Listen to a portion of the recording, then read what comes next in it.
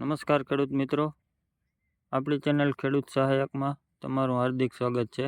આજે આપણે જીરામાં બેઠા બેઠા વાત કરશું ઉનાળુ તલના પાયાના ખાતર વિશે. કારણ કે પાયાના ખાતરનું મહત્ત્વ શું? દાખલા તરીકે આપણે કોઈ પણ ઇમારત બનાવવી હોય તો એમાં પાયો મજબૂત હોય તો તમે સારી એવી ઇમારત ચણી શકો. જેવી રીતે આપણે વાવેતર કરતા હોય તો એમાં પણ પાયાના ખાતરનું મહત્ત્વ બહુ સારું એવું રહેલું છે. અને તલ એક આમ જોવા જઈએ તો રોકડીયો પાક છે. જેના વાવેતરનો સમયની આપણે વાત કરીએ તો 15 ફેબ્રુઆરીથી 28 ફેબ્રુઆરી એવી યુનિવર્સિટીની ભલામણ છે. પણ યુનિવર્સિટીની ભલામણને આપણે આમાં ભેગું ન થાય. એનું કારણ છે કે એને સંશોધન કર્યું હોય અને આપણે અહીંયા ગરમીનું વાતાવરણ ને ઠંડી કેવી છે એના ઉપર આપણે વાવેતર કરતા હોય.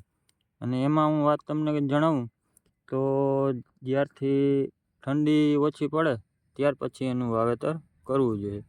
જ્યારે સવાર સાંજ પણ ઠંડી ન પડતી હોય ત્યારે વાવેતર કરો તો બહુ સારો એવું ઉગાવ આપણને મળે.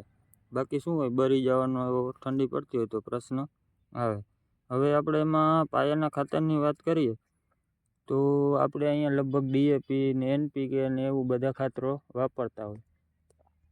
અમુક SSP વાપરે છે.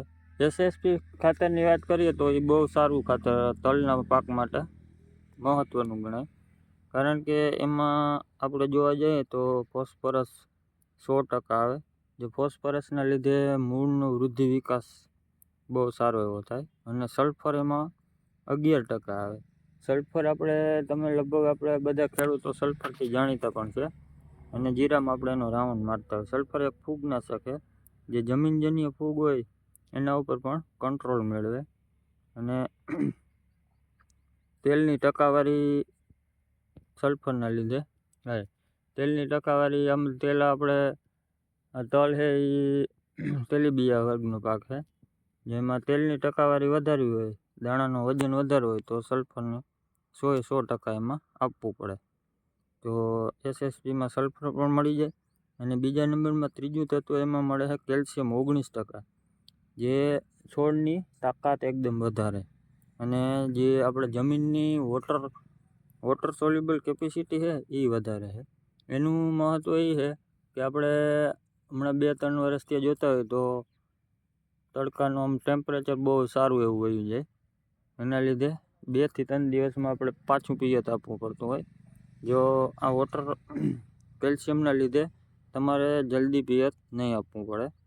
અને બાકી કયા બિયારણ આપણે તલની વેરાયટી પસંદ કરવી એના માટે સારા બિયારણનો આપણે કાલે વિડીયો મૂકશું. Thank you.